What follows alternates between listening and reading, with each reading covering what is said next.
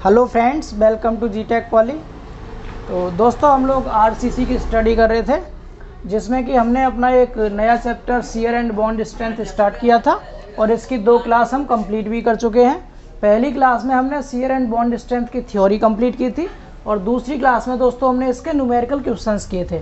ठीक है, तो जो हमने शियर स्ट्रेंथ की सेकेंड क्लास में न्यूमेरिकल क्वेश्चंस किए थे वो 6 क्वेश्चन कंप्लीट कर लिए थे। दोस्तों, आज हम न्यूमेरिकल क्वेश्चंस का सेकेंड पार्ट लेकर आए हैं, जिसमें कि हम 7वें क्वेश्चन से स्टार्ट करेंगे। इससे पहले जो मैंने क्वेश्चंस कराए थे दोस्तों, पार्ट 1 में मैंने 6 क्वेश्चन कराए थे, वो बेसिक क्वेश्चंस थे। और अब जो हम क्वेश्चन करेंगे वो डिज़ाइन के क्वेश्चन होंगे। जी हाँ दोस्तों, अब जो हम शेयर वाले क्वेश्चंस करने वाले हैं वो डिज़ाइन के क्वेश्चन होंगे। और आपके एग्ज़ाम में, अगर आप पॉलीटेक्निक के स्टूडेंट हैं तो आपके एग्ज़ाम में डिज़ाइन के ही क्वेश्चन पूछे जाएंगे। इसके अलावा अगर आप एसएससी जेईई के मेंस एग्ज़ाम की तैयारी कर रहे हैं तो कन्वेंशनल में भी डिज़ाइन के ही क्वेश्चन आरसीसी से ज़्यादा पूछे जाते हैं। ठीक है, तो मैंने पार्ट 1 में इनके जितने भी फार्मूले थे, जितने भी स्टेप थे, बहुत डिटेल में आपको समझा दिए थे। तो जिन्होंने भी अभी तक shear strength and bond strength के न्यूमेरिकल का पार्ट 1 नहीं देखा है, वे चैनल पर जाकर के प्लेलिस्ट बनी हुई है, वहाँ से पहले इसका पार्ट 1 देखेंगे ताकि आपको इसके सारे स्टेप समझ आ जाएं, फॉर्मूले भी याद हो जाएं। ठीक है, तो चलिए मैं एक बार आपको थोड़ा सा फॉर्मूले रिवाइज कर देता हूँ कि डिजाइन के क्या क्या स्टेप थे, फॉर्मूले क्या क्या थे। तो 2 मिनट हम पहले इसको रिवाइज करते हैं, क्या क्या फॉर्मूले यूज करने होते हैं, फिर हम क्वेश्चंस को कंटिन्यू करेंगे। तो देखिए, जो हम इसमें डिजाइन के जो स्टेप थे दोस्तों, तो सबसे पहले स्टेप में हम निकालते थे टाउ बी। ठीक है, पहले स्टेप में टाउ बी निकालते थे। मैंने इसका नाम भी बताया था आपको, इसका नाम क्या होता है, नॉमिनल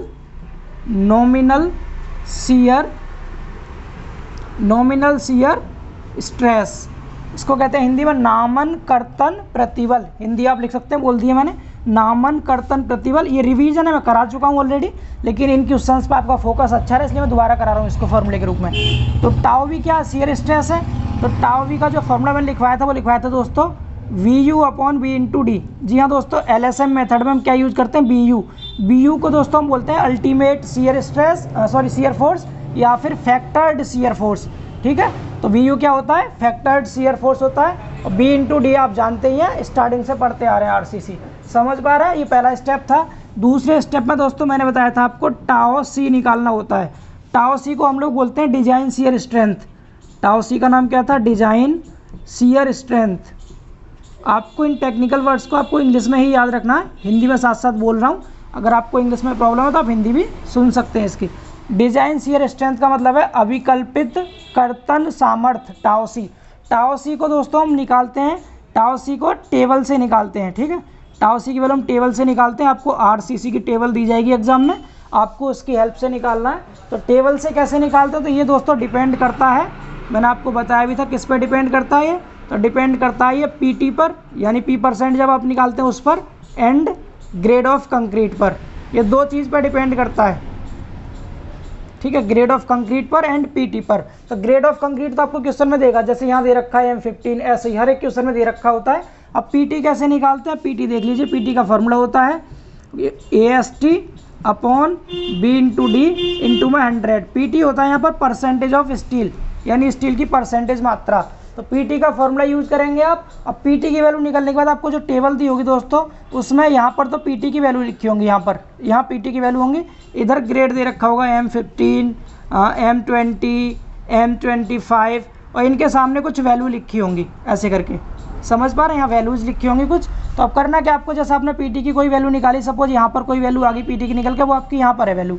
अब इसके सामने आपको ग्रेड में देखना है, जैसे 15 ग्रेड है तो 15 देखना आपको, तो इसके सामने 15 वाले कॉलम में देखेंगे, यहाँ पर जो वैल्यू होगी वो वैल्यू होगी टाउ सी की। इस तरह आपको टेबल में चेक करके टाउ सी की वैल्यू लिखनी है। आई होप सो दूसरा स्टेप भी आपको क्लियर है। अब देखिए तीसरे स्टेप में हम क्या करते थे, जो तीसरा स्टेप रहता है, हम दोस्तों तीसरे स्टेप में निकालते थे टाउ सी मैक्स।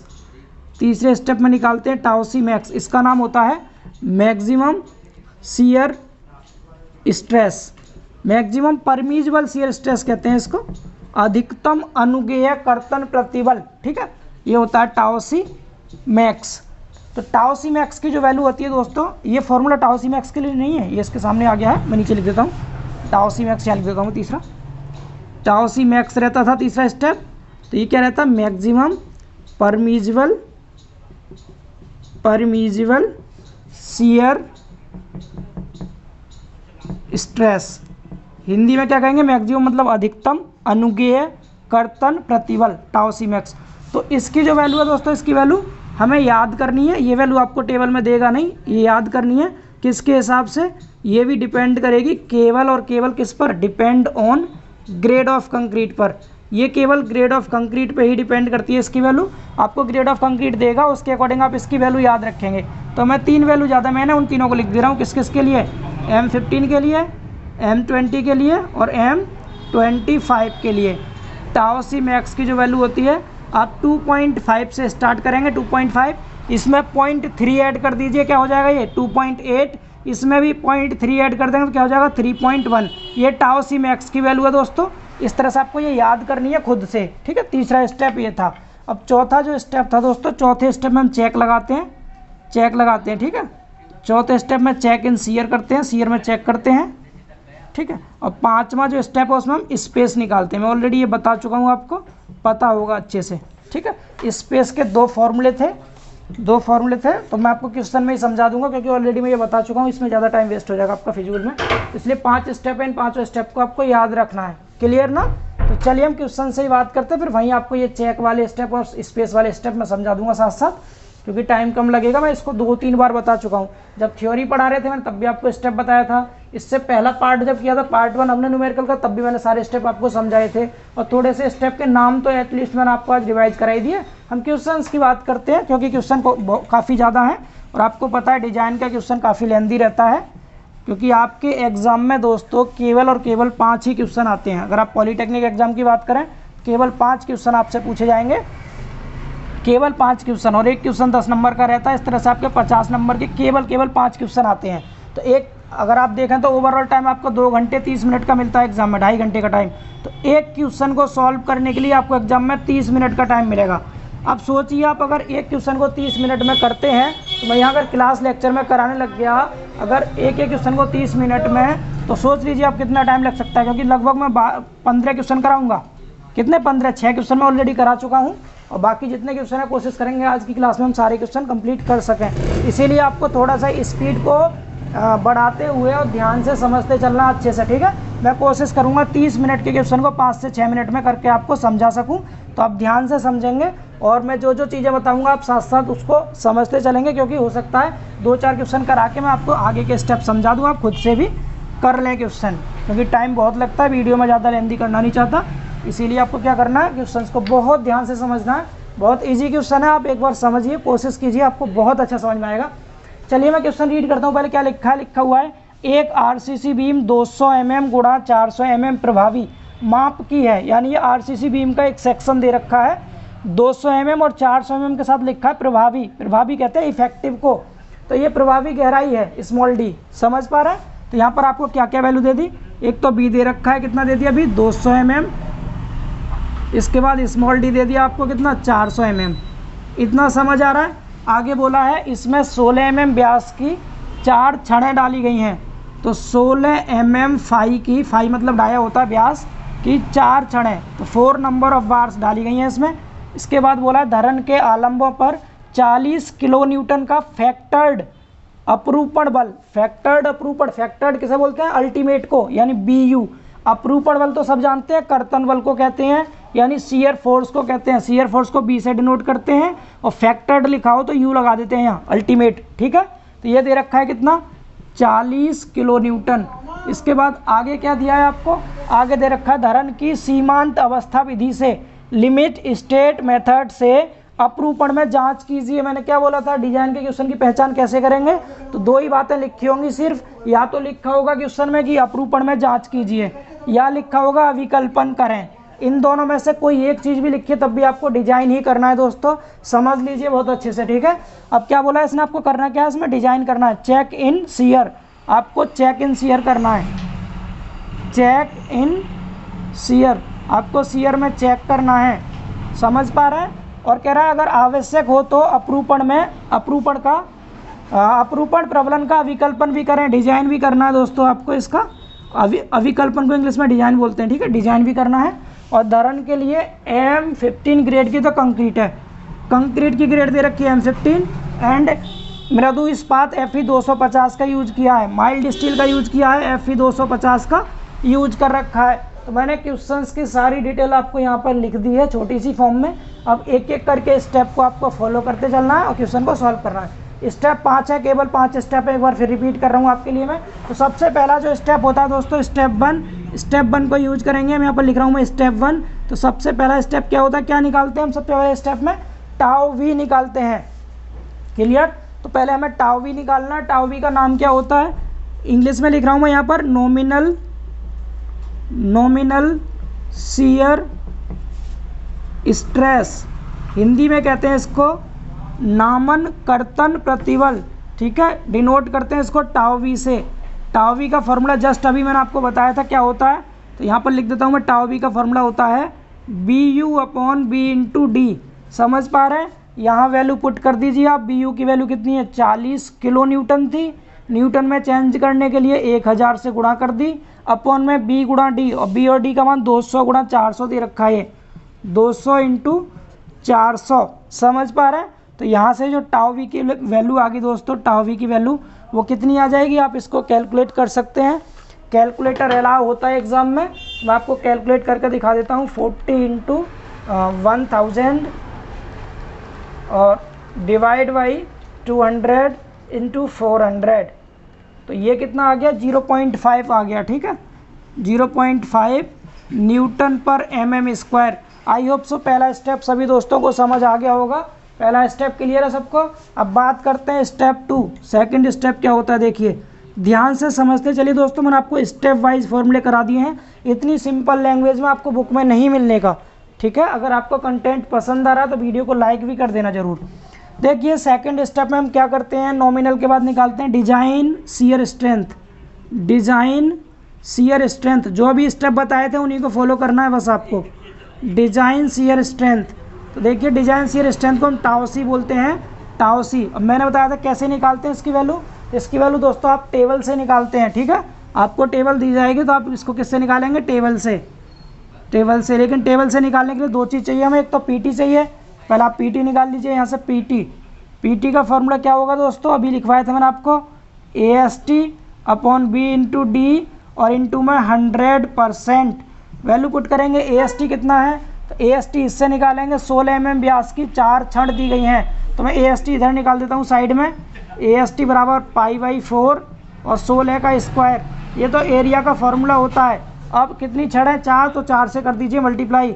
तो 16 का एरिया कितना होता है दोस्तों, तो 16 का जो एरिया होता है वो होता है 201। कितना होता है, 201 होता है। इंटू में 4 से गुणा कर देंगे। इसको आप कैलकुलेट भी कर सकते हैं दोस्तों। तो यहाँ से कितना आ गया, 4 × 4, 4 दूनी 8, 801 आ गया। ये 801 mm²। आप इसको AST की जगह रख दीजिए 801 × 100, ये इधर था, अपॉन में B की वैल्यू 200 है और स्मॉल d की वैल्यू 400 है। जब आप यहाँ से इसको सॉल्व करेंगे तो इसकी वैल्यू कितनी आएगी, एक बार कैलकुलेट कर लेते हैं हम इसको। 801 इंटू में 100 और डिवाइड बाई 200 गुणा 400, इस तरह से 1.001 यानी 1 आ रहा है, लगभग 1%। तो इसको 1% लिख देंगे आप। कितना आ गया, ये 1% आ गया। अब इस 1% के लिए टेबल से देखना है, किसमें, M15 ग्रेड में। ग्रेड क्या है, M15 ग्रेड। तो मैंने आपको टेबल बताई थी, टेबल से कैसे देखेंगे आप, तो ग्रेड M15 हो गया। तो आप टाउ सी की जो वैल्यू देखेंगे टेबल में, टेबल आपको दी जाएगी दोस्तों।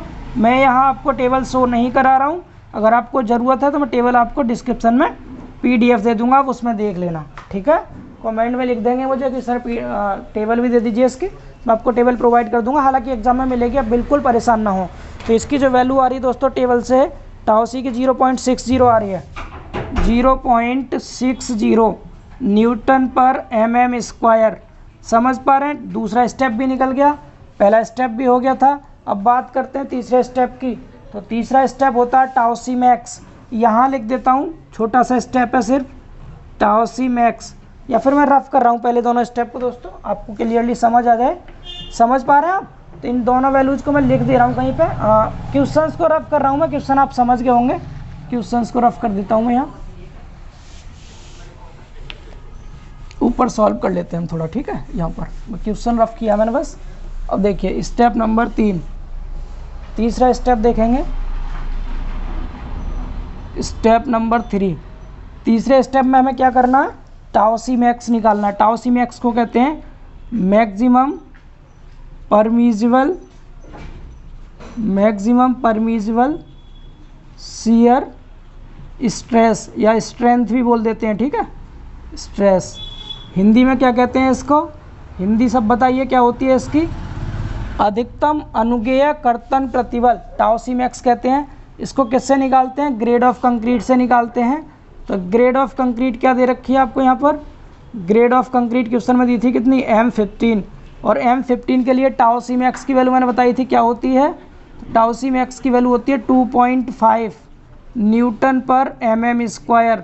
तो आई होप सो आपको ये सारी वैल्यूज समझ आ गई होंगी, ठीक है। तो तीनों स्टेप को आप समझ गए क्लियरली। और मैं नीचे का रफ करके इन तीनों स्टेप की वैल्यू लिख दे रहा हूँ इधर कोने पे, इधर कहीं। जैसे टाउ वी पहली वैल्यू आई थी टाउ वी की 0.5, दूसरी वैल्यू टाउ सी 0.6, ठीक है, 60 या 50 कर सकते हैं आप। और टाउ सी मैक्स की जो वैल्यू आई है दोस्तों वो है 2.5। ये तीनों वैल्यू आई है, मैं तीनों स्टेप को रफ करके नीचे लिखता हूँ, आप समझते रहिएगा प्लीज़, ठीक है, क्योंकि डिजाइन के क्वेश्चन मैंने फिर बोल रहा हूँ लेंदी रहते हैं। इसमें तो अभी केवल 5 स्टेप यूज हो रहे हैं। अभी आपको मैं जब सिंगली रेनफोर्स्ड बीम का डिजाइन पढ़ाऊंगा उसमें देखिएगा ये 5 स्टेप मिलकर के एक अकेला स्टेप हो जाता है, ठीक है।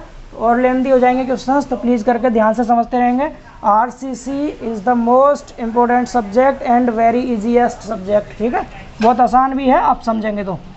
स्टेप नंबर 4 देखेंगे। स्टेप नंबर 4 क्या है, स्टेप 4 में क्या निकालते हैं, चेक करते हैं, चेक इन शियर। आप शियर में चेक कीजिए। तो शियर में चेक करने के लिए आपको ध्यान रखने 3 पॉइंट। पहला पॉइंट रहता है क्या, हमें ये देखना होता है जो हम पहला स्टेप निकाले हैं टाउ बी जो हम निकाले हैं, इसको देखना होता है कि जो टाउ बी की वैल्यू है वो कहीं टाउ सी मैक्स से ज़्यादा तो नहीं आ रही, टाउ सी मैक्स से ज़्यादा तो नहीं है। अगर टाउ सी मैक्स से ज़्यादा होगी दोस्तों तो हमें रीडिज़ाइन करना होगा, मतलब आपका डिजाइन फेल हो जाता है अगर ये ज़्यादा आ गया तो। इसमें दूसरा चेक करते हैं हम कि टाउ बी की वैल्यू टाउ सी से कम है क्या, टाउ बी की वैल्यू टाउ सी से कम है।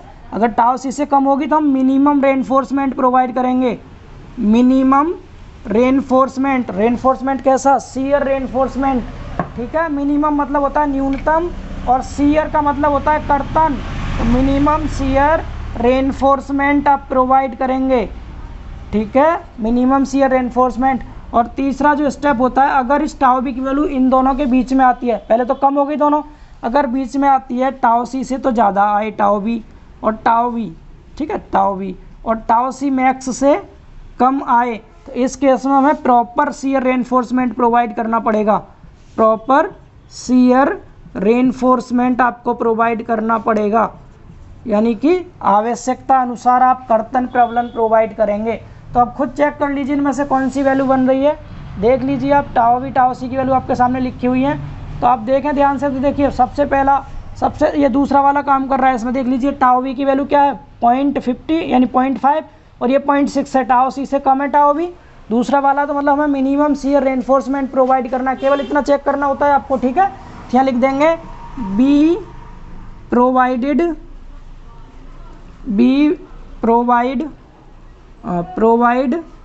Minimum shear reinforcement. एक बात ध्यान रखिएगा आप लोग कि जो मैंने तीनों पॉइंट लिखे हैं एग्जाम में, तीनों नहीं लिखना आपको, जो वाला मैच कर रहा है उसी पॉइंट को लिखेंगे सिंगल। मैंने समझाने के लिए आपको तीनों लिखे हैं, ठीक है। Be provide minimum shear reinforcement, ठीक है, यानी कि हम न्यूनतम कर्तन प्रबलन यूज करेंगे। तो स्टेप नंबर 5 देख लीजिए, स्टेप 5 क्या होगा फिर।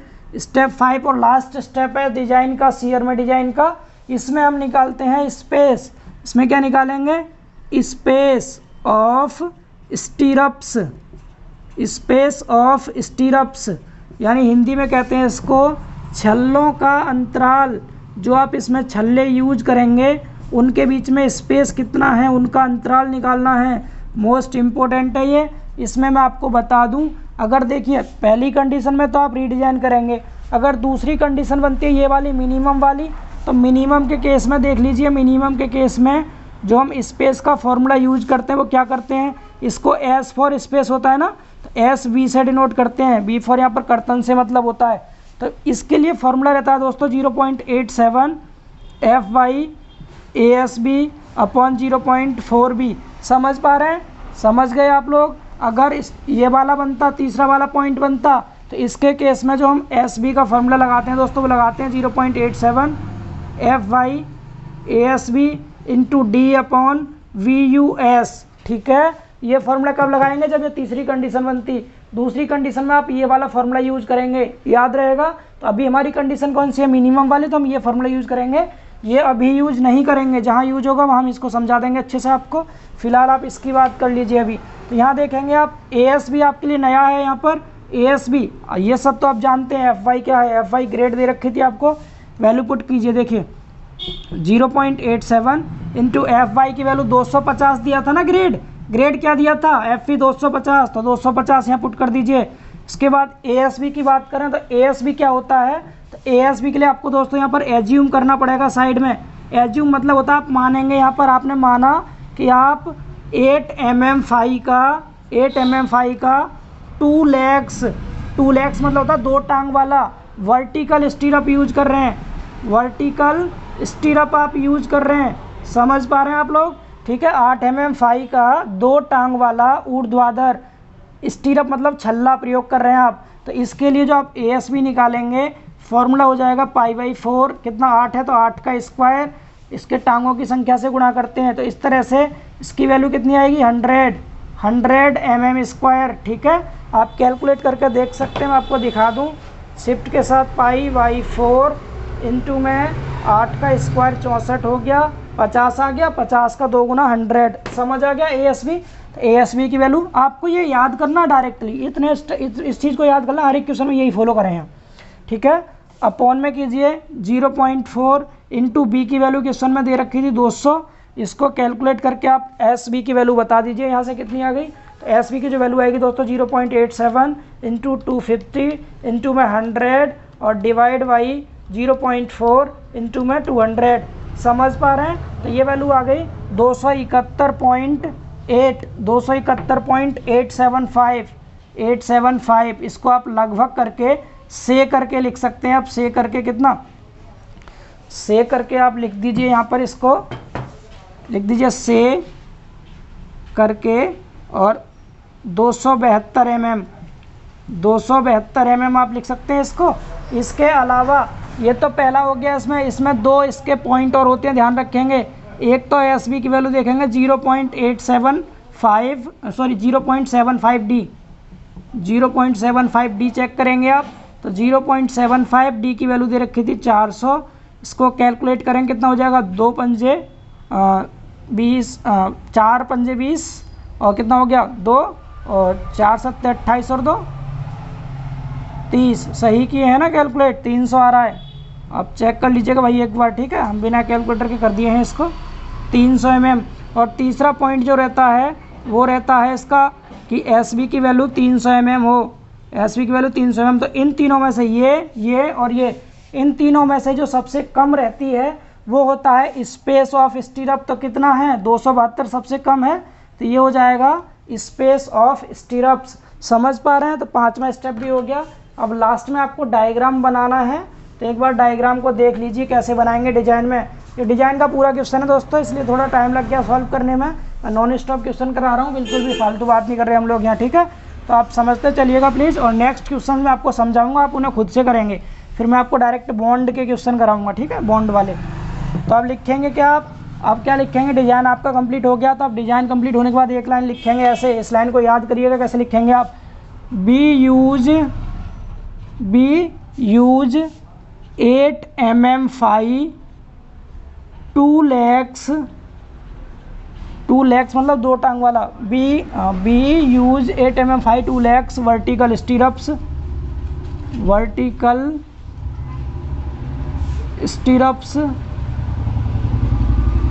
एट द रेट कितना आया था space? 272 mm centre to centre. ये आपकी डिजाइन की लाइन है। इस एक लाइन को देख के आप बता सकते हैं कि 8 mm फाई के 2 टांग वाले आपने स्टीरअप यूज किए हैं और उनकी डिस्टेंस कितनी थी सेंटर से सेंटर तक? 272 mm। अब दोस्तों आपको यहाँ पर डायग्राम बनाना है बीम का। ये बीम का डायग्राम थोड़ा सा देख लीजिए यहाँ से। चाहे एक ही क्वेश्चन हो पाए, लेकिन मैं आपको समझाऊंगा डिटेल में ताकि आप आगे के क्वेश्चन खुद से इजीली कर सकें। ऐसे ही क्वेश्चन होंगे, मैं आपको अभी समझाता हूँ, आप ध्यान से देखते रहिए। बस जो भी चेंजेज होंगी मैं वो आपको बता दूंगा, ठीक है। पहला क्वेश्चन है इसलिए हम थोड़ा स्लो करा रहे हैं डिजाइन का, इसके बाद मैं आपको स्पीड बढ़ा दूंगा। ये डायग्राम थोड़ा फिसल जा रहा है मार्कर भाई, कैसे बनेंगे इंजीनियर, लाइन सीधी नहीं खींच पाएंगे तो हैं। हम आपसे कह रहे हैं, अपने आप से नहीं, हमें इंजीनियर बनने की जरूरत नहीं, हम बन गए ऑलरेडी, आपको पढ़ा दिए, बस समझ लीजिए बन गए। देखिए ये कोई दीवार है, ये कोई वॉल है, इधर भी, इधर ये दीवार है, ठीक है। हाँ जी, आधी दीवार तक बीम रहती है ना अंदर। ये इसमें ब्रिक्स का सिंबल दे दीजिए, ईंटों का सिंबल, ब्रिक्स का सिंबल है ये ब्रिक्स का सिंबल हो गया, ठीक है, ब्रिक्स का सिंबल, यस यस, ये ब्रिक्स का सिंबल है। इसके बाद क्या करेंगे, ये तो आपका वॉल हो गई दोनों तरफ, इधर भी और इधर भी वॉल है। ये बीम है, बीम में पहले आप यहाँ डालेंगे नीचे मेन बार, ठीक है। देख लीजिए टेढ़ा हो जाता है, ये गलत बात है ये। और इस मेन बार को ऐसे करके ऊपर को मोड़ देते हैं आप, ठीक है, मेन बार हो गई। इसके बाद मैंने आपको थ्योरी क्लास में बताया था कि हम क्या करते हैं, दोनों कोनों पर एक एक एंकर बार डालते हैं, तो ऊपर से ऐसे ही मोड़ते हुए एंकर बार डाल देंगे एक। ये एंकर बार है, इसको लटकन छड़ कहते हैं हिंदी में, ठीक है। एंकर बार डाल दी, जो कि आप यहाँ पर जब छल्ले लगाएंगे, यहाँ पर आप छल्ले लगा रहे हैं, ये वर्टिकल स्टीरअप है ये, तो ये वर्टिकल स्टीरअप्स को क्या करेगी, एंकर बार बांधे रखेगी, ठीक है। यहाँ पर ये क्या है, वर्टिकल स्टीरअप्स हैं, ये वर्टिकल स्टीरअप्स हो गए दोस्तों, ठीक है। ये वर्टिकल स्टीरअप्स थे, मैंने कुछ ज़्यादा पास डाल दिए, कोई बात नहीं। और इनके सेंटर से सेंटर तक का जो स्पेस है ये वाला, ये कितना दे रखा है, 272 mm अभी निकाला था हमने, समझ पा रहे हैं। इनका नाम लिख दीजिए आप, क्या है ये और ये, इनका नाम क्या है, इनका नाम है वर्टिकल स्टीरअप्स, वर्टिकल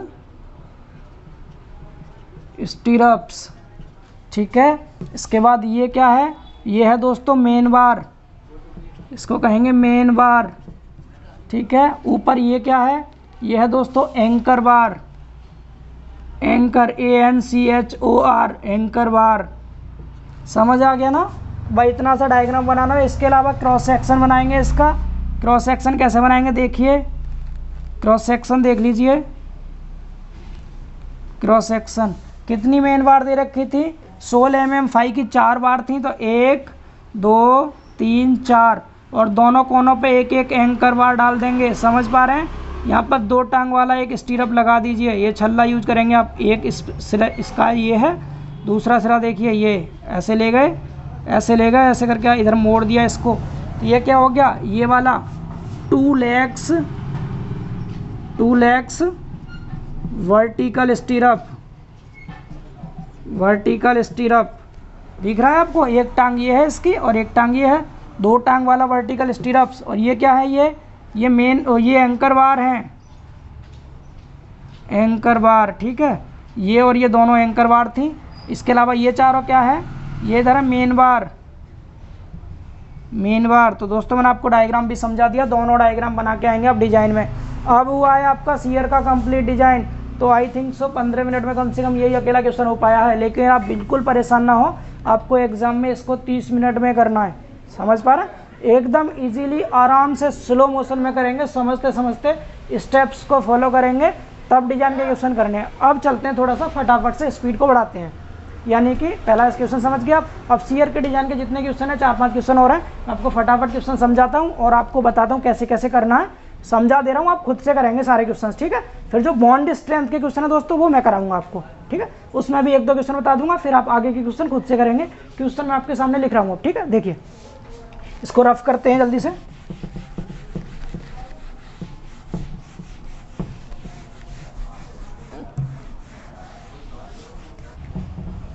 अब देखिए दोस्तों क्वेश्चन नंबर 8, क्वेश्चन नंबर 8 क्या है। अब बिना टाइम वेस्ट किए हुए जल्दी से पढ़ते हैं क्वेश्चन को, फिर समझते हैं। एक आरसीसी बीम का परिच्छेद 200 mm गुणा 450 mm प्रभावी है। मतलब क्या दे दिया आपको, आरसीसी बीम का सेक्शन दे रखा है, बी और स्मॉल डी। जब भी प्रभावी लिखा हो समझो स्मॉल डी की वैल्यू है ये, ठीक है। तो बी दे दिया कितना, 200 mm और स्मॉल डी दे रखा है कितना 450 mm, इतना समझ पा रहे हैं। आगे दिया है इस पर 50 किलो न्यूटन का अपरूपण बल लग रहा है। फिर से सुनेंगे, इस पर 50 किलो न्यूटन का अपरूपण बल। तो यहाँ पर ध्यान रखिएगा केवल अपरूपण बल लिखा है दोस्तों, फैक्टर्ड नहीं लिखा है इसके साथ। पिछले क्वेश्चन में फैक्टर्ड अपरूपण बल लिखा हुआ था, वो BU था, लेकिन यहाँ केवल B की वैल्यू है। ये अपरूपण बल मतलब केवल B दे रखा है। कितना दिया है 50 किलो न्यूटन, सिंगल आपको B दे रखा है। BU कैसे निकालते हैं B से, ये मैं आपको अभी बताता हूँ, अब बिल्कुल परेशान ना हो, ठीक है। B दे दिया। आगे कह दिया धरण में 16 mm व्यास की 4 छड़ें डाली गई हैं, यानी 16 mm फाई की 4 नंबर ऑफ बार्स डाली गई हैं। आगे M20 ग्रेड और FE 415 ग्रेड दे रखा है। कितना कितना M20 एंड FE 415। आगे क्या बोला है, खंड का सीमांत अवस्था विधि यानी LSM के अनुसार अपरूपण में जांच करें, यानी चेक इन शियर निकालना है। चेक इन शियर दोस्तों मैंने आपको बताया भी था, चेक इन शियर जब भी कहेगा या फिर क्या कहेगा, डिजाइन अभिकल्पन कहेगा, तो आपको डिजाइन करना है क्वेश्चन में। क्वेश्चन समझ आ रहा है सबको, तो मैं बिना स्टेप का नाम लिखे हुए डायरेक्ट फॉर्मूले यूज करके आपको समझाता हूँ। जैसे पहला स्टेप क्या होता था हमारा, पहले में टाउ बी निकालते थे। पहले क्वेश्चन में नाम बताया था इसका क्या होता है, नॉमिनल शियर स्ट्रेस। तो टाउ बी का फॉर्मूला क्या था दोस्तों, BU upon B into D, ये था। लेकिन यहाँ में BU नहीं दे रखा, क्या दिया, B दिया है। तो जब B दिया हो, BU निकालना हो, तो केवल आप 1.5 से गुणा कर देंगे। इसमें 1.5 क्या होता है, पार्शियली सेफ्टी फैक्टर होता है ये, ठीक है। इसमें B से गुणा कर देंगे, तो 50 में जब आप 1.5 से गुणा करेंगे दोस्तों, कितना आ जाएगा, ये 50 इंटू 1.5 कर लीजिए, या 1.5 इंटू 50, 1.5 इंटू 50 जब आप करेंगे दोस्तों, कितना आएगा ये 75 किलो न्यूटन आ गया। समझ पा रहे हैं। इसकी वैल्यू यहाँ रखिए, B और D की वैल्यू रखिए। आप टाउ बी इजीली निकाल सकते हैं, तो मैं यहाँ डायरेक्ट टाउ बी की वैल्यू लिख देता हूँ जो आएगी। आप खुद से करेंगे, प्लीज़ कुछ नहीं करना। BU का मान यहाँ रख देंगे, न्यूटन में चेंज करके B और स्मॉल d इन दोनों को रख देंगे, टाउ बी निकल जाएगा। तो टाउ बी की वैल्यू जो मैं लिख दे रहा हूँ, कितनी है टाउ बी की वैल्यू दोस्तों, टाउ बी की वैल्यू आ रही है इसमें क्या लिखा है, ये उर्दू सा लिख दिया पता नहीं क्या, 0.84 समथिंग। चेक कर लीजिएगा आप, ये लिखा है इसमें 0.84 या 4 लिखा है, 5 लिखा है, आप चेक कर लीजिएगा प्लीज़ कैलकुलेशन, ठीक है। ये दूसरा स्टेप है। दूसरा स्टेप क्या होगा, आगे मैंने क्या बताया था, टाउ सी निकालते हैं। टाउ सी निकालने के लिए आपको टेबल से निकालते हैं इसकी वैल्यू, कहाँ से, टेबल से। इसके लिए PT चाहिए होगा। PT का फॉर्मूला क्या होता है, AST upon V into D into में 100। अब AST आपको दिया नहीं, लेकिन 16 mm की 4 छड़ दे रखी हैं। AST कैसे निकालेंगे, π/4 16 का स्क्वायर इंटू में 4, 16 का स्क्वायर ये 16 का एरिया 201 होता है, 4 से गुणा करेंगे तो 800 कितना आ गया 4। पहले हमने 801 लिख दिया था क्या गलती से, सॉरी पहले शायद गलती से अगर 801 लिख दिया हो तो आप उसको 804 कर लीजिएगा। आई थिंक सो, मुझे याद आ रहा है मैंने 801 लिख दिया था गलती से, 804 रहेगा दोस्तों, ठीक है। 804 कर लेंगे उसे। आगे देखिए एरिया आ गया, कोई बात नहीं, B और D दे रखा 100। इस तरह से PT निकालेंगे। PT की जो वैल्यू आएगी दोस्तों, PT की वैल्यू आ रही है क्वेश्चन नंबर 8 किधर है, PT 0.89, यस 0.89%। आप चेक कर लीजिएगा कैलकुलेशन। तीसरा, अब इसके बाद जब आपने PT निकाल लिया, PT निकल गया, समझते रहिएगा, ठीक है। मैं पूरा क्वेश्चन सॉल्व करके नहीं दिखा रहा, इससे पहले मैं करा चुका हूँ ऑलरेडी। जब आप PT निकाल लिए तो टाउ सी निकालेंगे टेबल में देख करके, किस ग्रेड के लिए, M20 ग्रेड के लिए, M20 ग्रेड के लिए, इसके लिए, ठीक है। M20 ग्रेड के लिए निकालेंगे तो क्या आएगा, ये टेबल से वैल्यू आ रही है टाउ सी की 0.60 न्यूटन पर mm²। समझ पा रहे हैं आप। तीसरा जो होगा, तीसरा step tau C Max. Tau C Max की अब वैल्यू डायरेक्ट आपको पता होनी चाहिए ग्रेड के हिसाब से, यानी M20 ग्रेड के लिए, तो M20 ग्रेड के लिए कितनी होती है, ये 2.8 न्यूटन पर mm²। सबको याद होनी चाहिए, तीनों वैल्यू मैं लिखवा चुका हूँ ऑलरेडी। इसके बाद चौथे स्टेप में हम चेक लगाएंगे। तो आप चेक मैंने 3 बताए थे, देख लीजिए तीनों की वैल्यू। टाउ भी कितना है, 0.84 है, और टाउ सी है 0.60, तो मतलब टाउ भी इससे ज़्यादा है। हमें टाउ भी देखना होता है, ये ज़्यादा ही तो है टाउ भी, टाउ सी से टाउ भी जो ज़्यादा है, लेकिन टाउ सी मैक्स से कम है। तो कौन सी कंडीशन बन रही है दोस्तों, ये जिसमें हमें प्रॉपर, जिसमें क्या करते हैं हम, प्रॉपर शियर रेनफोर्समेंट प्रोवाइड करते हैं। तो आपको प्रॉपर वाले के लिए स्पेस निकालना है। तो 5वें स्टेप में क्या करेंगे आप, स्पेस निकालेंगे। तो मैं इसे रफ कर रहा हूँ। और 5वां स्टेप देखिए जल्दी से। 5वां स्टेप, स्टेप नंबर 5 रहता है आपका 5वां स्टेप क्या होता है, स्पेस। तो स्पेस कैसे निकालेंगे स्टीरअप का, मैं डायरेक्ट लिख रहा हूँ स्पेस। तो यहाँ पर एस बी का फॉर्मूला प्रॉपर के केस में रहता है 0.87 F by A S B into में D upon V U S. बताया था ना मैंने फॉर्मूला, कब, जब आपका क्या आएगा, टाओ सी से ज़्यादा आए टाओ बी और टाओ सी मैक्स से कम आए, तब ये लगाते हैं। और मिनिमम होता तो ये डी नहीं रहता, केवल 0.4 भी आ जाता नीचे। समझ पा रहे हैं, सबकी वैल्यू पुट करेंगे। अभी टाओ वी यू एस क्या होता है, इसको बोलते हैं नेट शियर फोर्स। क्या बोलते हैं इसको, नेट शियर फोर्स। और net shear force B U S का भी एक फॉर्मूला होता है, B U minus tau C B D. क्या होता है formula, B U minus tau C B D. अब बी यू का फॉर्मूला वैल्यू आप निकाल चुके हैं सबसे पहले ही, इसमें 1.5 से जो गुणा की थी 75 जो आया था, तो आप यहाँ पर रख देंगे उसकी वैल्यू और टाओ सी की वैल्यू पुट कर देंगे। टाओ सी की वैल्यू आप सेकंड स्टेप में निकाले थे, ठीक है। बी और डी की वैल्यू रख देंगे, तो यहाँ से बी यू एस निकाल देंगे। और इस तरह से जब बी यू एस निकालेंगे तो बी यू एस की वैल्यू कितनी आ रही है, इसमें 21,000 इतना न्यूटन आएगी बी यू एस की वैल्यू। बी यू एस की जगह पुट कर देंगे, एफ वाई की जगह 415 रख देंगे यहाँ पर।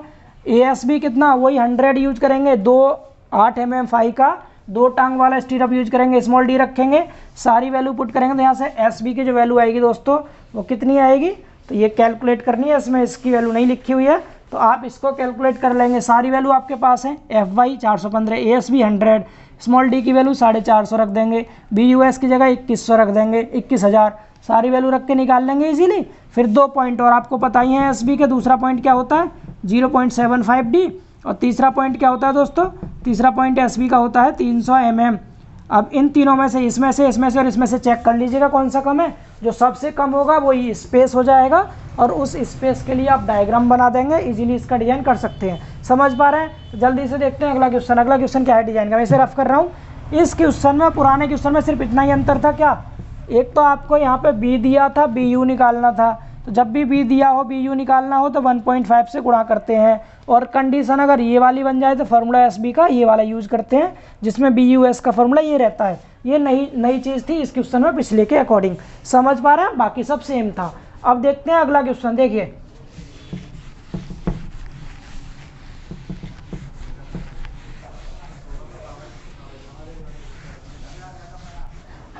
दोस्तों, अब देखते हैं क्वेश्चन नंबर 9। नेक्स्ट क्वेश्चन इसमें है, एक प्रबलित कंक्रीट धरन पर 120 किलो न्यूटन का फैक्टर्ड अपरूपण बल लग रहा है। क्या लिखा है, अपरूपण बल, साथ में क्या है, फैक्टर्ड। तो समझ गए होंगे वैल्यू किसकी दे रखी है, ये बी यू की वैल्यू दी है दोस्तों 120 किलो न्यूटन। इतना क्लियर। आगे क्या कह रहा है, इसका क्रॉस सेक्शन 250 mm गुणा 400 mm प्रभावी है। प्रभावी लिखा है तो स्मॉल डी है ये, तो बी दे दिया कितना 250 mm, और स्मॉल डी दे रखा है कितना 400 mm। यहाँ तक समझ पा रहे हैं। आगे क्या दिया है, धरन में तनन प्रबलन के रूप में 16 mm व्यास की 5 छड़ें डाली गई हैं, यानी 16 mm फाई की 5 बार्स डाली हैं। अब लिखा है अपरूपण प्रबलन के लिए 2 तनन छड़ें। ये क्वेश्चन काफ़ी इंपॉर्टेंट है, ध्यान से समझेंगे। 2 तनन छड़ें 8 mm व्यास के 2 टांग वाले छल्ले उपलब्ध हैं। 2 तनन छड़ें, ये थोड़ा कुछ मिस्टेक है और बढ़ा लीजिए। 2 तनन छड़ें ऊपर को नत की गई हैं, नत की गई हैं लिखिएगा, ठीक है, की गई हैं, ऊपर को क्या की गई है, नत की गई हैं, एंड 8 mm व्यास के 2 टांग वाले छल्ले उपलब्ध हैं। अब सही है क्वेश्चन, क्या है फिर से समझिएगा एक बार, यहाँ तक समझ गए ना। अपरूपण प्रबलन के लिए 2 तनन छड़ें ऊपर को नत की गई हैं, यानी मोड़ी गई हैं। मैंने आपको पहले वाले पार्ट में, जब मैं न्यूमेरिकल का फर्स्ट पार्ट कराया था इसका, उसमें बताया था कि इन 5 में से, ये जो 5 हैं, इनमें से जो 2 क्षण हैं दोस्तों, 2 क्षण वो क्या की गई हैं, बेंट की गई हैं, बेंड की गई हैं, मोड़ी गई हैं, नत की गई हैं, नत हैं, ठीक है। इनमें से 2 क्षण कैसी है, नत हैं। ध्यान रखिएगा, मैं इसका कॉन्सेप्ट समझाऊंगा आपको, जो नए हैं उनके लिए, जो पुराने हैं उनको आता होगा ऑलरेडी समझ में अच्छे से। 8 mm फाई का 2 टांग वाला स्टीरअप यूज करना है, इसमें दे दिया पहले से, और नहीं दिया गया होता तो हम खुद से मानते हैं कि हमें 8 mm फाई का 2 टांग वाला छल्ला यूज करना है। आगे कह रहा है धरन के लिए अपरूपण प्रबलन का अविकल्पन करें। क्या करना है दोस्तों, आपको इसमें अविकल्पन करना है, मतलब डिजाइन करना है, ठीक है। डिजाइन किस में करना है, डिजाइन इन सीयर, आपको सीयर में डिजाइन करना है दोस्तों, ठीक है। क्वेश्चन पहचान लेंगे ना आप, M20 ग्रेड दे रखा है, एंड FE 415 ग्रेड दे रखा है स्टील का, कंक्रीट और स्टील के ग्रेड ये दे रखे हैं। तो ये था क्वेश्चन जो कि आपका ऊपर यहाँ लिखा हुआ था। आई होप सो आप समझ गए होंगे। क्लियर? तो चलिए स्टेप 1 से शुरू करते हैं। पहला स्टेप क्या रहता है? पहला स्टेप टाउ बी होता है। फॉर्मूला क्या होता है? BU/B/D। समझ पा रहे हैं? तो यहाँ पर BU की वैल्यू कितनी दे रखी है? 120 था, ये न्यूटन में चेंज करेंगे 1000 से गुणा करके। B और D कितना दे रखा है? 250 और 400। समझ आ रहा है? इसको आप कैलकुलेट कर सकते हैं इजीली। तो इसकी जो वैल्यू आ रही है दोस्तों टाउ बी की, वो आ रही है 1.2 न्यूटन पर mm²। समझ आ रहा है? अब इसके बाद दूसरा स्टेप निकालेंगे टाउ सी। टाउ सी कहाँ से निकालते हैं दोस्तों? टेबल से निकालते हैं टाउ सी। इसके लिए हमें PT चाहिए होता है। फॉर्मूला क्या होता है? AST/B/D और इंटू में क्या कर देंगे 100% में निकालते हैं। अब यहाँ पर थोड़ा सा ध्यान रखना है आपको। यहाँ जो आप AST यूज करेंगे दोस्तों, इस AST के लिए क्या दे रखा है? 16 mm की 5 छड़ हैं। लेकिन हम पीछे जो क्वेश्चन आते थे उसमें आपकी छड़ों को यहाँ पर नत नहीं किया जाता था, लेकिन यहाँ 5 में से 2 छड़ को नत कर दिया। तो जो वर्टिकल सीधी छड़ बची हैं दोस्तों, कितनी बचेंगी? 3 ही तो बची। तो केवल जो आप यहाँ एरिया लेंगे दोस्तों, AST जो यूज करेंगे वो केवल 3 छड़ के लिए यूज करेंगे। यानी AST जो आप निकालेंगे π/4 16 का स्क्वायर इंटू में क्या लेंगे? केवल 3 छड़ लेंगे यहाँ पर, क्योंकि 2 छड़ तो इनमें से मोड़ दी, 5 में से 2 तो मोड़ी गई है, केवल 3 है। तो 3 के लिए कितना आएगा? 201 गुणा 3, तो 603 हो गया। ये 603 यहाँ पुट करेंगे। समझ पा रहे हैं? जब आप 603 यहाँ रख देंगे तो PT की जो वैल्यू आ रही है परसेंटेज में, वो कितनी आएगी दोस्तों? PT की वैल्यू आएगी 0.60%। समझ आ रहा है सबको ये? ठीक है। इसके बाद टाउ सी निकाल देंगे टेबल में देख के। तो टाउ सी की जो वैल्यू आएगी दोस्तों, वो कितनी आएगी? वो आएगी 0.51 न्यूटन पर mm²। ये मैं आपको समझा चुका हूँ, कुछ नहीं करना, बस यहाँ पर थोड़ा ध्यान रखना था। क्या 5 में से 2 को नत कर दिया, तो 3 छड़ों के लिए लेते हैं एरिया केवल। इतनी चेंजिंग आई है अभी तक इस क्वेश्चन में। इसके बाद तीसरा स्टेप टाउ सी मैक्स रहता है। टाउ सी मैक्स को क्या करेंगे आप? किस ग्रेड के लिए निकालना है आपको? M20 के लिए निकालना है। M20 ग्रेड के लिए, तो M20 ग्रेड के लिए कितनी होती है इसकी वैल्यू? तो टाउ सी मैक्स जो होता है M20 ग्रेड के लिए दोस्तों, वो होता है 2.8 न्यूटन पर mm²। समझ पा रहे हैं? ये टाउ सी मैक्स की वैल्यू हो गई, ये टाउ सी की वैल्यू हो गई, और इधर ये टाउ बी की वैल्यू हो गई। तीनों वैल्यू हो गई। अब क्या करेंगे आप? चेक लगा देंगे। अब चौथे में चेक लगाते हैं, चेक। तो आप जब चेक लगाएंगे तो चेक के लिए देख लीजिए, टाउ बी की वैल्यू को चेक करना होता है हमें। तो टाउ बी की वैल्यू कैसी है? 1.2 है, और यहाँ पर 0.5 था, और यहाँ पर 2.8। तो इन दोनों के बीच में ही तो आ रहा है, यानी कि टाउ सी से तो ज़्यादा है टाउ बी, और टाउ सी मैक्स से कैसा है? कम है। तो जब ये बीच में आता है टाउ बी, तो क्या करते हैं हम? प्रॉपर शियर रेनफोर्समेंट प्रोवाइड करते हैं। इतना समझ गए आप लोग? ठीक है। तो प्रॉपर के लिए फॉर्मूला क्या होता है पहले वो देख लीजिए। मैं इसको रफ कर रहा हूँ, इसको हटा रहा हूँ मैं यहाँ से। देखिए, आपको पता है दोस्तों, जब हम प्रॉपर यूज करते हैं तो प्रॉपर के केस में हमें क्या करना होता है? फॉर्मूला जो होता है प्रॉपर के केस में, कौन सा? स्पेस वाला मैं यहाँ लिख देता हूँ, वो होता है 0.87 FY/ASB इंटू D/VUS। ये रहता है ना फॉर्मूला, ये वाला स्पेस का। लेकिन आपको यहाँ थोड़ा सा ध्यान रखना है कि आपको 2 छड़ें क्या की गई थी? 2 छड़ें नत की गई थी, नत हैं। ठीक है। 2 छड़ें कैसी? नत मतलब कहते हैं इंक्लाइंड है, बेंट अप है। ठीक है। बेंट अप बार एंड में 2 छड़। तो जब भी 2 छड़ बेंट अप की गई होंगी, तो आप इस फॉर्मूले में जो BUS की वैल्यू है, इसको पहले निकालेंगे। तो BUS को आप 2 तरह से निकालेंगे, एक तो नॉर्मल कंडीशन में, और एक निकालेंगे आप बेंट अप के केस में। समझ पा रहे हैं? तो सबसे पहले आप BUS निकाल लीजिए, जिसका नाम होता है नेट शियर फोर्स, या शुद्ध कर्तन बल कह सकते हैं आप हिंदी में इसको। तो नेट शियर फोर्स जो होगा BUS, एक तो आप वही फॉर्मूला लगाएंगे सिंपल अपना, पहले वाला क्या?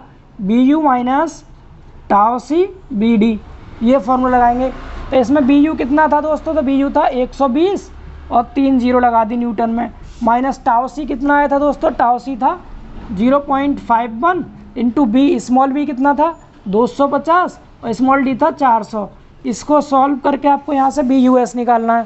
तो BUS की जो वैल्यू आ रही है दोस्तों इसमें, वो आ रही है BUS की वैल्यू 69123000, इतना आ जाएगा। यहाँ तक समझ पा रहे हैं? अब इसके बाद यहाँ पर आप बेंट अप बार के लिए और निकालेंगे। फॉर बेंट अप मतलब ऊपर को जो मोड़ी गई हैं बार्स, उन बार्स के लिए। तो बेंट अप बार्स के लिए जब आप निकालेंगे तो उसको BUB बोल देंगे। क्या बोल देंगे? BUB। और बेंट अप बार्स के लिए दोस्तों मैंने आपको फॉर्मूला लिखवाया था। बेंट अप बार्स के केस में फॉर्मूला क्या यूज करते हैं हम? तो वहाँ यूज करते हैं दोस्तों formula 0.87 FY ASB into sine alpha. ये क्या होता है? बेंट अप बार के केस में होता है। मैंने पहले पार्ट में आपको ये फॉर्मूला बताया था, ठीक है। मैं अभी इसको थोड़ा सा रफ कर रहा हूँ नीचे को, यहाँ से देख लेंगे आप आगे। समझ पा रहे हैं आप? स्टेप बाय समझिएगा। तो इस फॉर्मूले में वैल्यू पुट कीजिए 0.87 FY की जगह 415 ग्रेड थी इंटू साइन ए। देखिए ASB कैसे निकालेंगे? तो यहाँ पर जो ASB आएगा, कितनी छड़ है? 2 छड़ है। व्यास क्या था? 16 mm।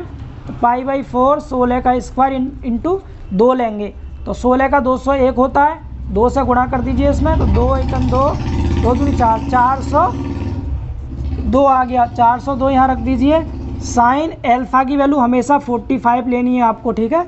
हमेशा 45 डिग्री पे इसको बेंट अप किया जाता है। तो यहाँ से BUS की जो वैल्यू आएगी दोस्तों, वो आ रही है, काफ़ी ज़्यादा वैल्यू आ रही है, 102630 इतना न्यूटन। अब करना क्या होता है, ये IS कोड का एक यहाँ कोड लगेगा, यहाँ एक कोड लगाना है आपको, वो याद रखना है। अकॉर्डिंग टू IS कोड 456-2000, ये RCC का IS कोड है। इस IS कोड के अकॉर्डिंग दोस्तों, जो हम बेंट अप बार के लिए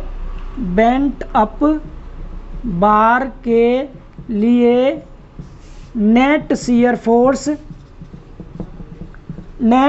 फोर्स जो BUS था, नेट शियर फोर्स BUS का 50% ही यूज करते हैं। यानी कि जो BUS की वैल्यू आई थी, इसके 50% से ज़्यादा वैल्यू यूज नहीं करेंगे। अगर ये ज़्यादा है तो इसे हम यूज नहीं करेंगे। समझ पा रहे हो? तो पहले आप इसका 50% निकाल के देख लीजिए। तो आप इसका 50% निकालेंगे, इतने का 50%, तो वो क्या आएगा? इसका आधा कर दीजिए, और 2 3 6 और 2 से काटिए इसको, 2 चौक 8, 2 पंजे 10, 00 34,500 न्यूटन। ये देखिए कैसा है, 34,500। केवल इतना ही यूज कर सकते हैं बेंट अप के लिए, इससे ज़्यादा यूज नहीं कर सकते। लेकिन ये कैसा है? ज़्यादा है इससे, इसलिए हम इसको यूज नहीं करेंगे। कौन सा यूज करेंगे? ये वाला। तो ये आपको यूज करना है दोस्तों। अब इसको यूज करके अब निकालेंगे 5वें स्टेप में आप क्या? स्पेस। और स्पेस का फॉर्मूला लगा दीजिए, क्या होता है? 0.87 FY और ASB इंटू D अपॉन में BUS, ठीक है। तो इस बार जो BUS की वैल्यू लेंगे, कौन सी लेंगे आप? ये वाली वैल्यू यूज करेंगे दोस्तों, ध्यान रखना है आपको। तो कर लीजिए वैल्यू यूज। तो 0.87 FY 415 है। ASB स्टीरअप वाला लेंगे, 2 टांग वाला 8 mm का, 100 रहता है एरिया, इंटू में स्मॉल d 400, कितना था स्मॉल d 400, ठीक है। अपॉन में ये BUS को ले लेंगे कितना? 34,500। तो यहाँ से आप इसको इजीली कैलकुलेट करके SB की वैल्यू निकाल सकते हैं। अब SB की एक वैल्यू ये निकाल ली आपने, और 2 वैल्यू कहाँ से निकालेंगे SB की? एक तो होती है कितनी? 0.75D, और एक होती है कितनी? 300 mm। अब इन तीनों में से एक 2 ये हो गई और एक ये हो गई। तो इन तीनों में से जो सबसे कम होगी वो हो जाएगा स्पेस। समझ पा रहे हैं? इसका डायग्राम बना लेंगे आप डिज़ाइन में। तो आपका ये क्वेश्चन का भी डिज़ाइन हो गया कंप्लीट। इसमें काफ़ी कुछ आपके लिए नया था, प्लीज़ करके इसको समझेंगे बहुत अच्छे से। अगर समझ एक बार में नहीं आया तो आप दोबारा रिपीट करके देखिए, आपको क्लियर हो जाएगा। चलिए फिर चलते हैं इसके बाद 10वें क्वेश्चन पे, ठीक है। अगले क्वेश्चन पे चलते हैं।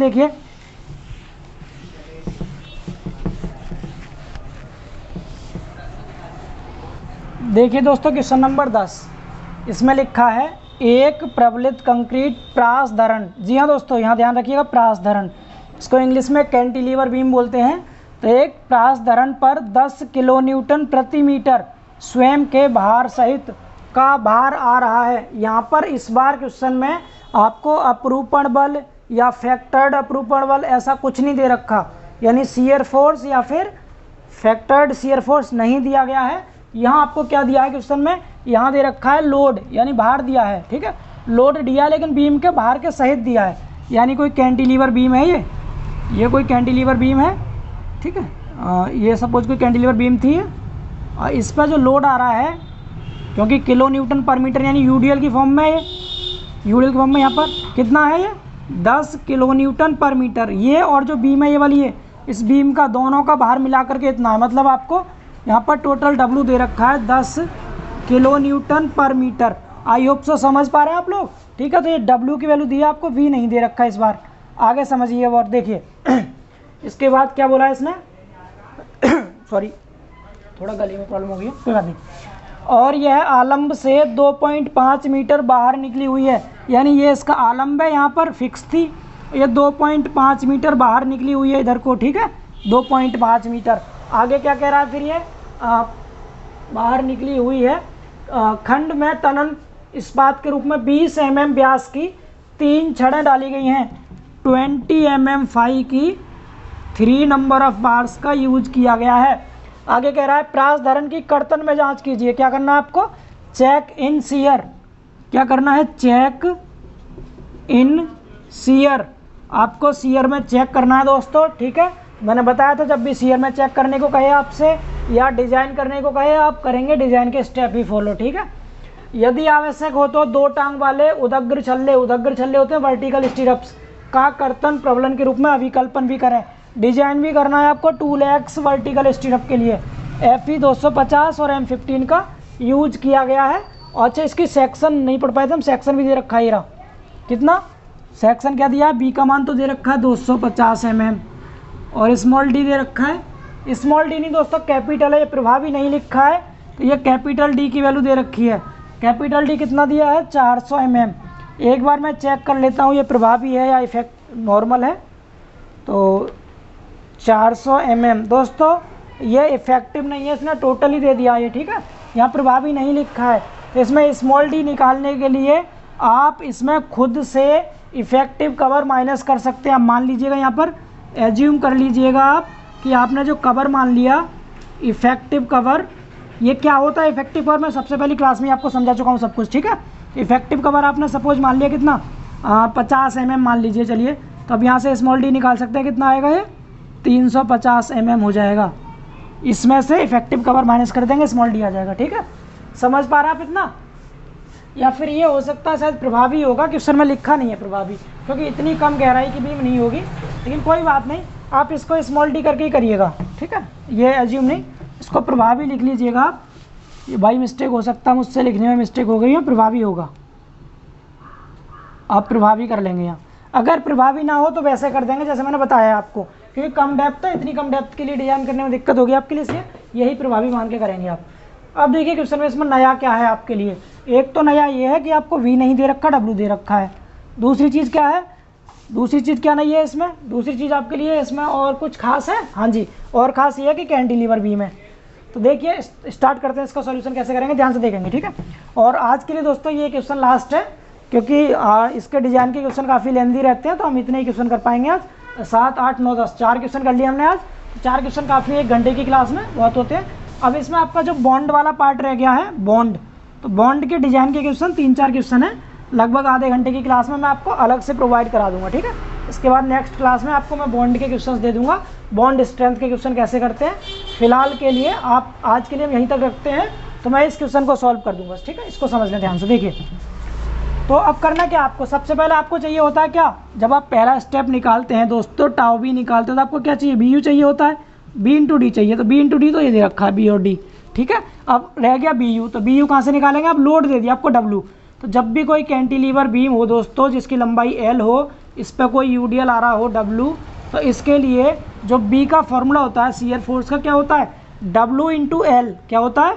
W × L होता है, समझ पा रहे हैं? WL होता है B का फॉर्मूला। तो WL होता है, तो आप पहले B निकाल लीजिए इसमें। तो इसमें निकालेंगे पहले आप शियर फोर्स, देखते रहिएगा, शियर फोर्स निकालेंगे पहले। शियर फोर्स मतलब B निकालेंगे, क्या होगा फॉर्मूला? WL W कितना है? 10, 1000 से गुणा कर देंगे, न्यूटन पर मीटर हो जाएगा ये, इंटू L की वैल्यू 2.5 मीटर है, तो इतने न्यूटन आ जाएगा। ये कितना हो गया? 1 0 कम कर दीजिए, 25,000 न्यूटन आ गया क्या? Shear force. लेकिन हमें चाहिए क्या होता है दोस्तों? हमें चाहिए फैक्टर्ड शियर फोर्स, ठीक है। मैं यहाँ से इन वैल्यूज को हटा रहा हूँ, ऊपर से देख लेंगे हम लोग। तो हमें चाहिए क्या होता है? हमें चाहिए BU। अब BU कैसे निकालते हैं? अगर आपको B मिल गया तो BU कैसे निकालेंगे, यानी फैक्टर्ड शियर फोर्स कैसे निकालते हैं? तो 1.5 से गुणा कर देंगे B में, तो 1.5 इंटू बी कितना है 25,000। समझ पा रहे हैं आप? तो बी है 25 है, इसमें मल्टीप्लाई कर लीजिए कितना हो जाएगा, ये 1 0 यहाँ से कैंसिल हो जाएगी, कितना बचेगा 25 पंजे 125, 12 हो गया 25 सेकंड, 25 और 12 37 और 2 0, इतने न्यूटन आ गया 37,500। ठीक है, देख लेते हैं एक बार। 37,500 इसमें वैल्यू नहीं दे रखी है, कोई बात नहीं। ठीक है, आप कैलकुलेट करना जानते हैं, इजीली कर लेंगे आप। समझ पा रहे हैं इतना? तो यहाँ तक तो आपको ये क्लियर हो गया होगा अच्छे से कि हमें बी यू मिल गया, बी निकाल दिया, बी यू निकाल दिया। अब आगे के स्टेप क्या क्या है उनको मैं आपको एक बार समझा दूँ, आप कर लेंगे इसको खुद से ईजीली। फिर निकालते हैं हम टाउ बी, इसका नाम पूरा लिखेंगे, आपको पता है क्या नाम है। फॉर्मूला होता है B U upon B into D. आप इजीली निकाल सकते हैं बी यू की वैल्यू, ये रही, बी और डी ये दे रखा है। ठीक है, इसका दूसरे स्टेप में निकालते हैं आप क्या, टाउ सी। टाउ सी के लिए टेबल से निकालेंगे, आप निकाल लेंगे इजीली, क्योंकि आपको एरिया भी दे रखा है ना ए एस टी। इसके लिए हम पी टी चाहिए होता है, पी टी का फॉर्मूला होता है A S T upon V into D into में 100। तो ए एस टी कहाँ से निकालेंगे आप, तो दे रखा है 20 mm व्यास की 3 छड़ दे रखी हैं। तो ए एस टी आप क्या बता देंगे, 20 का एरिया 314 होता है, 3 से गुणा कर देंगे तो जितना भी आएगा वो ए एस टी हो जाएगा। पुट कर देंगे तो आपको क्या मिल जाएगा, यहाँ से पी टी मिल जाएगा, और पी टी के अकॉर्डिंग आप क्या निकाल देंगे, टाउ सी। समझ पा रहे हैं? तो टाउ सी की वैल्यू आपको मैं बता देता हूँ। तो टाउ सी की जो वैल्यू है दोस्तों इस क्वेश्चन में ये आएगी 0.61। ठीक है, और जो पी टी आएगा निकल कर, पी टी कितना आएगा दोस्तों, वो आएगा 1.05%। यानी इस फॉर्मूले में वैल्यू पुट करेंगे तो पी टी ये निकलेगा, और इसके लिए टेबल में देखेंगे आप M15 वाले ग्रेड में तो टाउ सी ये आएगा। समझ पा रहे हैं? अब तीसरा स्टेप क्या होता है, तीसरा स्टेप होता है टाउ सी मैक्स का। तो टाउ सी मैक्स इस ग्रेड के लिए कितनी होती है, 15 के लिए 2.5 न्यूटन पर mm स्क्वायर। अगर 20 होता तो 2.8 होता है ये। समझ पा रहे हैं? इसके बाद चौथा स्टेप क्या, चेक लगाना है आपको। बस समझ लीजिए, समझ गए आप, कर लेंगे इजीली।